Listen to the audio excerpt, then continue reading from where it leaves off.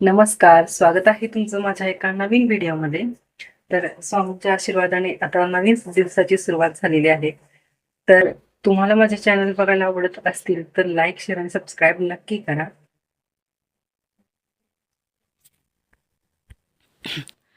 तर मी काल रात्री पनीरची भाजी करायची होती म्हणून हा कांदा भाजत होते. कांदा, टोमॅटो भाजून घेतला व्यवस्थित आणि त्यात काजू पण थोडे टाकले होते.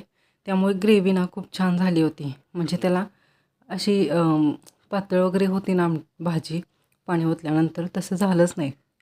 खूप छान झाली. नंतर मसाले पण टाकले होते.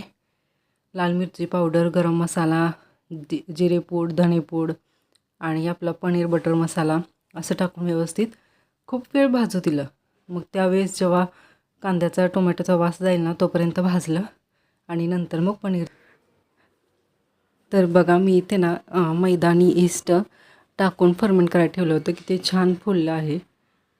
आणि याला मी 2 तास करून ठेवलं होतं. म्हणजे 5-6 वाजता मी करून ठेवलं होतं आणि 8 वाजता मी ते घेतलं बाजूला आणि त्याचे गोळे करून ते चपातीसारखं लाटलं. अशी ती पुढची प्रोसेस होते. तर किती छान फर्मंट झालं ना, कारण उन्हाळ्याच्या दिवसात छान फर्मंट होतं. जास्त त्याला हे करायला लागत नाही. तर रेवांशला बघा रोटी आणि पनीर खूप आवडतं म्हणून त्याला म्हटलं कसं झालं आहे, तर तो म्हटला छान झालं आहे. तर इथं रोटी वगैरे केल्या होत्या. छान झालं होतं रोटी, म्हणजे कधी थोड्या करपल्या होत्या पण टेस्ट आणि पनीर दोन्ही मिळून छान लागत होतं. तर ही पनीरची भाजी बघा आणि सकाळचं आहे, म्हणजे आजचं आहेत चपात्या.